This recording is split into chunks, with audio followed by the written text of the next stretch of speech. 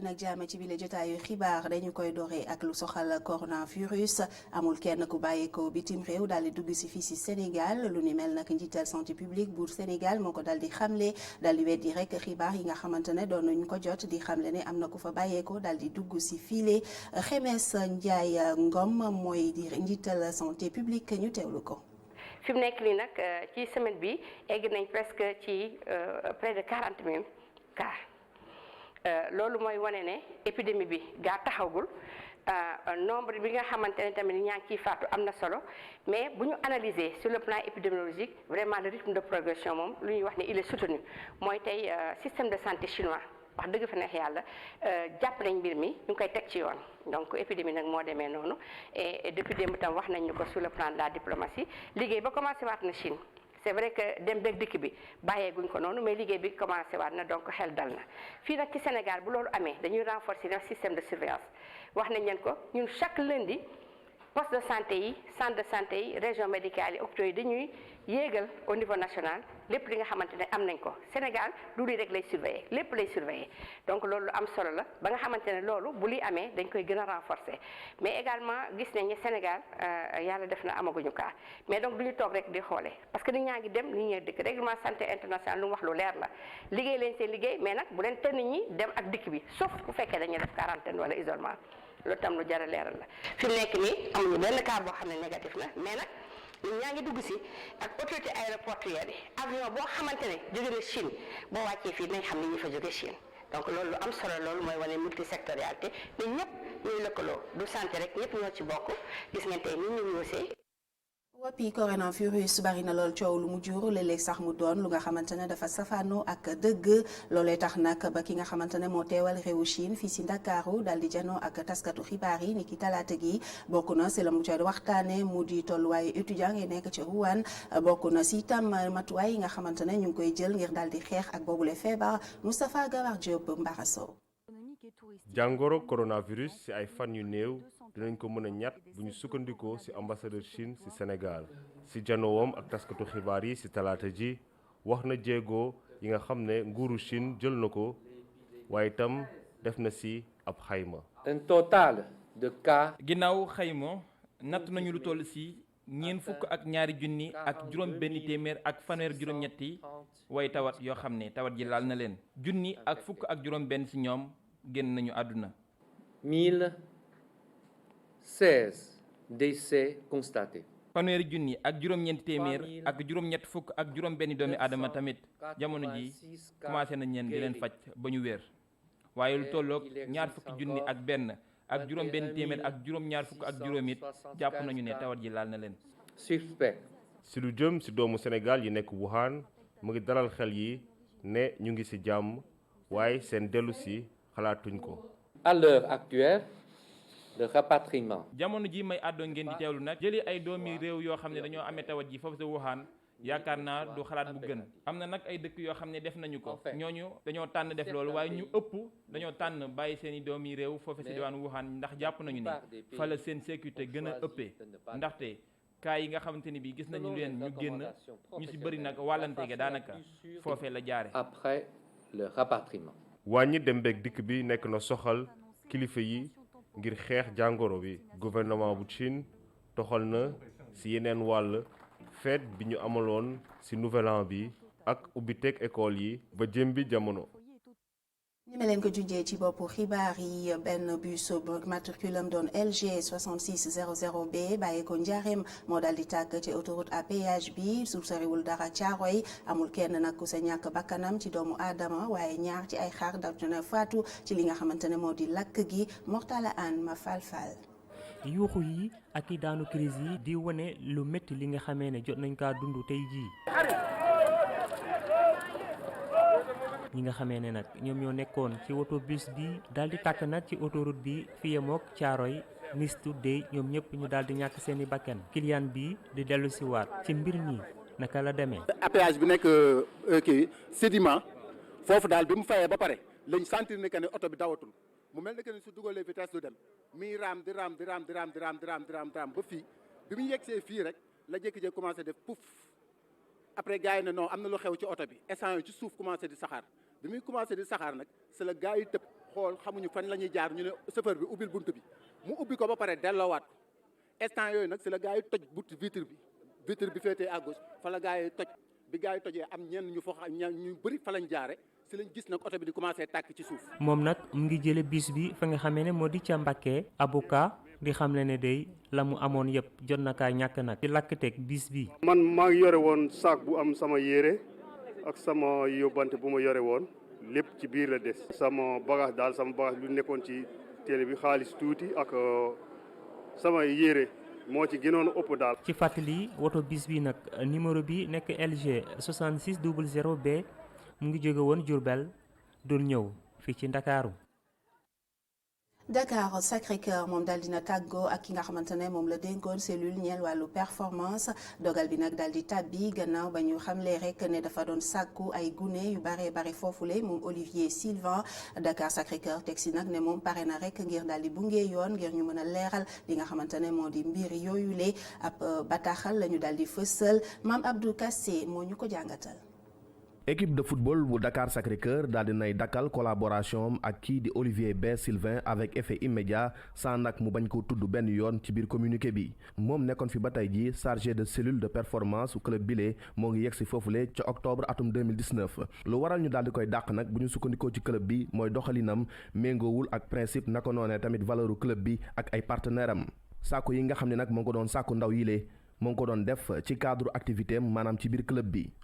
loolu lee moo waral direction bi daal di jël ay dogal ngir rek ki nga xam ni moom mooy Olivier B Sylvain yoon daal di koy teg loxo communiqué bi moo ngi leeral ni gannaaw loolee ab enquête interne daal nañ koy ubbi ci juróom benn fan ci weerum février bi gannaaw ba nga xam ni pôle médical bi daal di nay déglu yenn si joueurs yi nga xam ni dañoo jàpp ni moom milee da leen doon sàkku ñoom ñi lee di wax ni nag kii di responsable pôle de performance bi le dafa doon comporté wu ak ñoom ci anam bi nga xam ni rafetul te jekkul moom milee di Olivier B Sylvain ñoo ngi ko jàpp ñaari fan gannaaw loolu ci gaaw gi nag ak mbir yi nu mu garaawee lan daal di teg ab cellule de crise ab lettre de signalement sax daal di nañ koy envoyé commissariat central bu Dakar gannaaw ba cellule de soutien psychologique daal di déglu ñeent si ñi nga xam ne rek dañoo jàpp ni ay victime am nañ ca gannaaw gi yeneen ñaari victime daal nañ leen di nemmeeku communiqué bi moo ngi leeral ni waajuru joueur yi le dinañ leen déglu kenn ku nekk si ñoom naka noonee tamit yeneen waajuru joueur yi nga xam ni ñoo ngi joué ci centre de formation bi le Dakar Sacré-Cœur moo ngi yëgle ni tey jile la ko partenaire am yi gën a jàppale ci jafe-jafe yi muy dund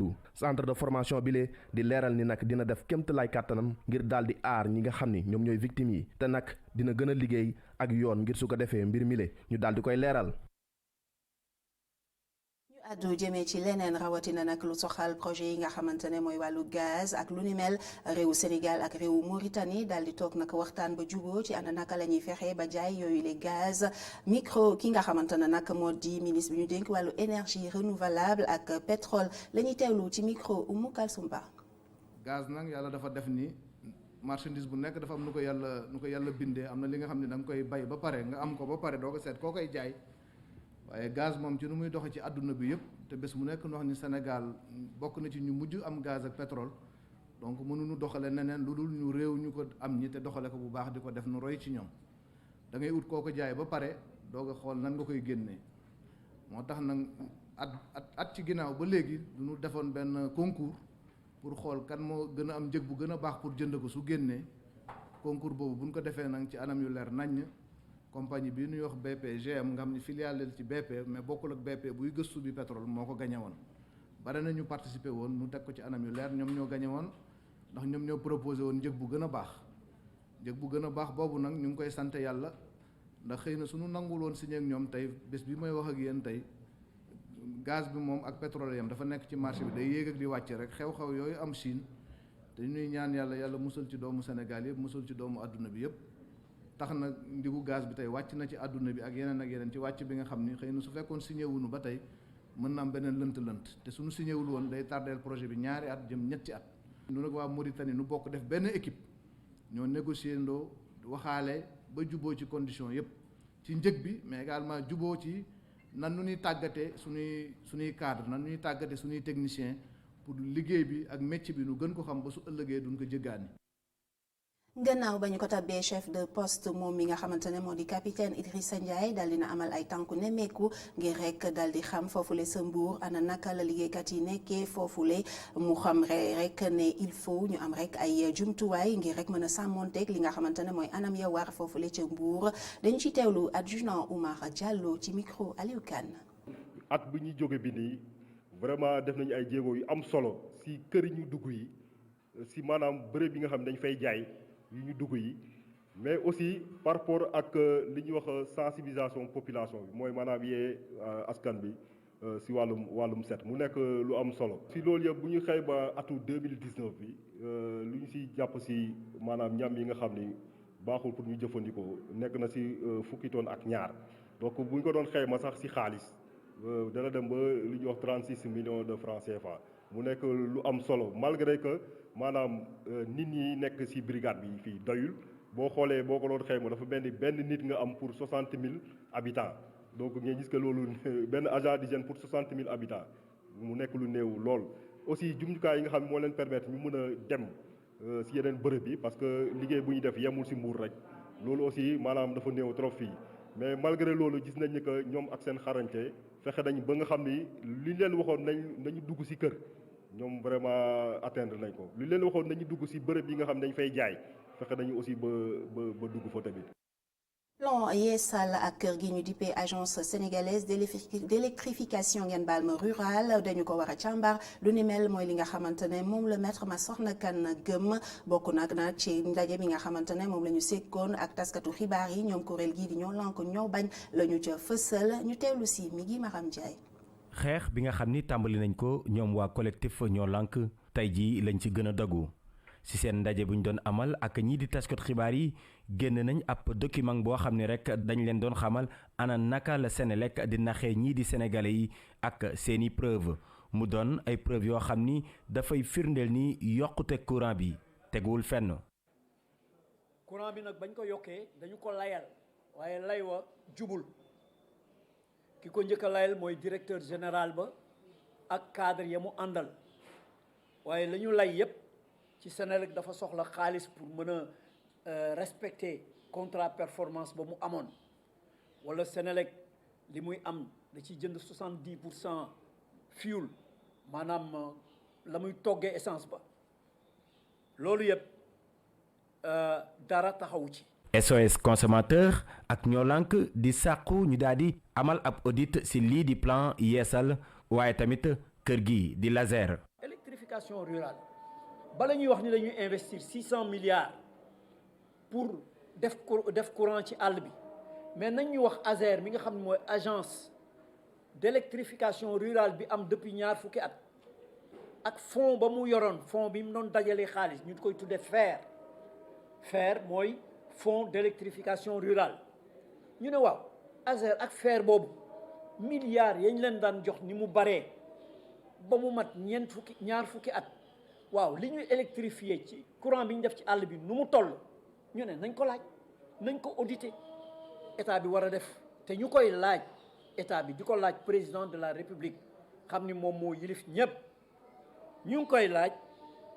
plan yeesal boobu xam ni dafa waxoon ne bu ñu àggee 2016 ba 2020 courant dana jar 60 francs ba 80 francs te actuellement muy jar double loolu plan yeesal boobu ñu audité ko. lu nu mel di firndeel ni rek seen xeex ci yokkute ko courant bi fii ci biir Sénégal demul bay jeex ñoo lànk ginnaaw ba ñu waxee ni tey jii dem nañ ba sës mënatuñu xaar fas yéene nañu amal ab ndaje fële sa Thiès fukki fan ak juróom ci weer bii ñu nekk. yaa ngi gis étudiants yi ñoo ngi def ay front pour ñu bàyyi Guy Marius Sagna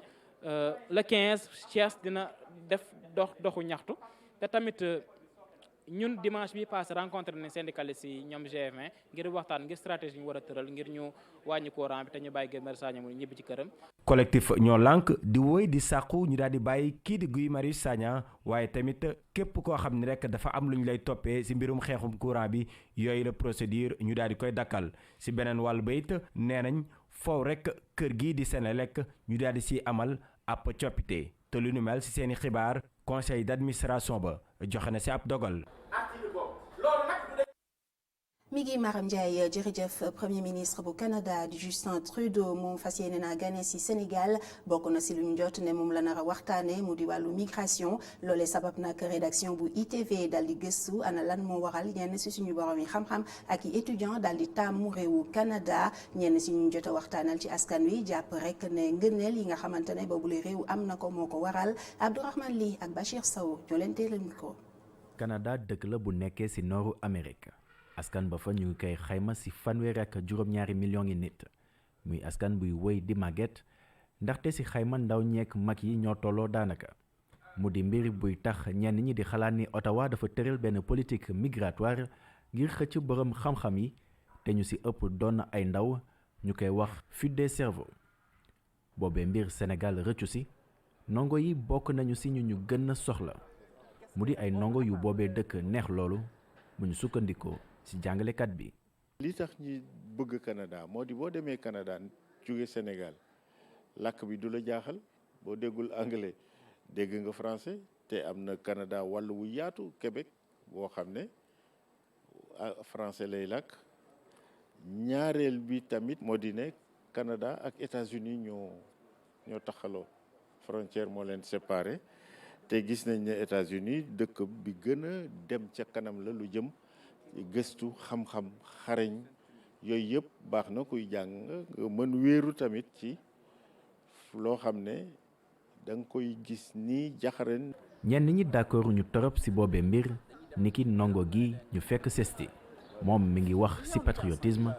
ngir wax ni Sénégal moo ko gënal fuuf. bu fekkee ni ci sama niveau personnel la man damay choisir des fii parce que aussi d'abord question de choix la nit ku ci nekk nag yow yaay xool li nga xam ne moom moo la intéressé sa capacité li nga mën ak peut-être li nga yaakaar ne boo demee foofu di nga ko fa gis nga ne da ngay décider quitter réew mi dem beneen réew. patriotisme boobu ñu wax ci est-ce que loolu rek doy na ngir bañ a génn dëkk bi ngir wutali Canada jàngalekat gi mu ngi fàttali ñu ko daan def. la mise en valeur du travail. ñu bëri jàppale wuñu leen ci seeni liggéey xoolal Cheikh Anta Diop lu mu dundoon dañ ko daan sax tere ngir mu jàngale ci dëkk bi te da doon fexe lépp ngir des fi ci dëkk bi ngir servir askanam. endurer pour simplement rester au Sénégal.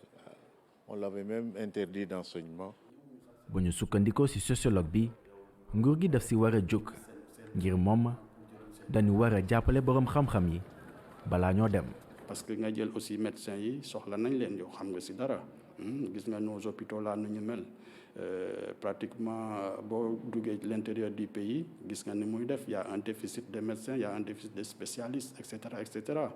alors nga jël des techniciens supérieurs ñooñu ñeneen ak ñeneen te xeet boobu rek la Canada di jéem a xëcc pour dugal leen yombalal leen mbir mi d'abord ensuite dugal leen seen biir may leen nag yenn opportunité mais ñoom ñoo ciy gagné ñoom buñ ciy gagné ñun dañ ciy ñàkk. ci àdduna bu ñuy waxi globalisation li war a nekk moo di dakkal lépp luy jafe-jafe ci wàllum dëkkin wala nekkin ba noppi tëral ay relations d'interdépendance suñu biir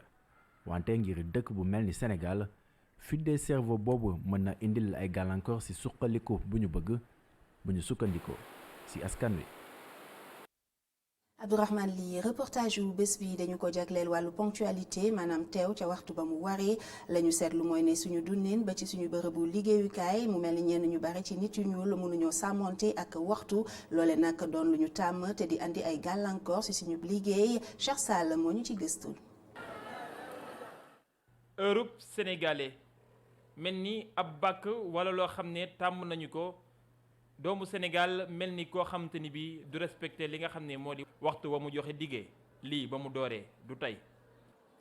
La manière de gérer le temps de manière générale en Afrique. fii si diwaanu Afrique yi suñuy waxtu maanaam suñuy temps niñ koy jëfandikoo dafa wuteeg lool boo génnee bitim réew ni muy demee ndaxte ñun daanaka ñëpp lañ ciy jox seen wàll te yaakaar naa loolu la ñu war a xool nuñ ko mën a jooyantee xool nuñ ko mën a dëppaleeg ni nga xam ne noonu lay am si bitim réew. ba waxtu wu nekk mu mën koo dund mu amal ñu njariñ ni mu waree. que le temps soit mieux utilisé.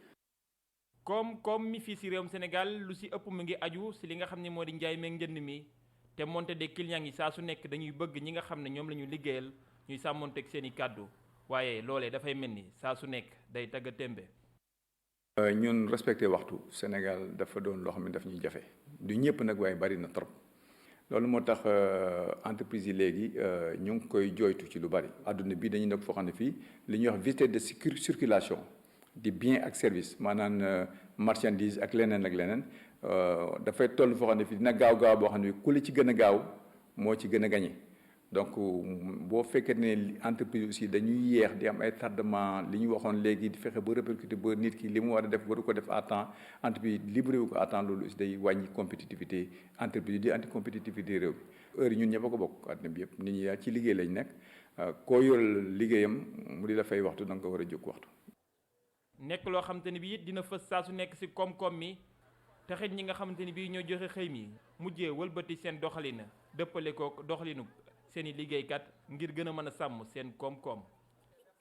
patron bi moo exigé loolu parce que moom comme le fait que dañuy ne Sénégalais yi duñ respecté heure léegi moom automatiquement bu mu ubbee fii nii bu mu créé lii moom objectif am bu njëkk lu mu njëkk a teg ci kaw taabal bi mooy heure bi loolu la njëkk a teg ci kaw taabal bi maanaam du toléré benn yoon nit ñuy am retard si ouverture bi wala ñuy tëj avant heure bi. nit ku ne booy liggéey yow xam nga fi ngay liggéey sori na wala soriwul. léegi bu la leer ni fi ngay liggéey dafa sori mais yow la dafa war si yow nga teel a jóg préparer def tegu si yoon bi. Ndakaaru xat lool embouteillage yi bëri lool ci tali bi wote yi ne tàcc kenn demul kenn dikkul te li ko waral bokk na ci ñi nga xam ne saa su nekk dañuy tardé fa ñuy jëm ñii ñaari waxtu sax di ko jël njëkk lu jiitu rendez-vous bi nga xam ne joxe nañu ko di daje loo xam te ne bi bëgguñu koo tardé te moonte bu ñuy fàttaliku saa su nekk. am na ab léebu buy wax naan waxtu wu nekk koppar la bu fekkee ne toppatoo nañ loolu koppar yooyu war nañoo xool nuñ ko gën a mën a dajalee ba mu mën a gën a jariñ réew mi ci wàllum koom-koom waaye tamit entreprise yi mën cee gis seen bopp. Cheikh Sall Olof Ndiaye day faral di wax ne tam laago la kon mu ngoog fii la ñuy ndax képpee bi la jotaayu xibaar mbokk yi jërë ngeen jëf si teewlu gi ci kanam tuuti beneen jotaayu xibaar ngeen di si ànd ak Assane Gueye ci nasaraan lay doon jaa ngeen jëf.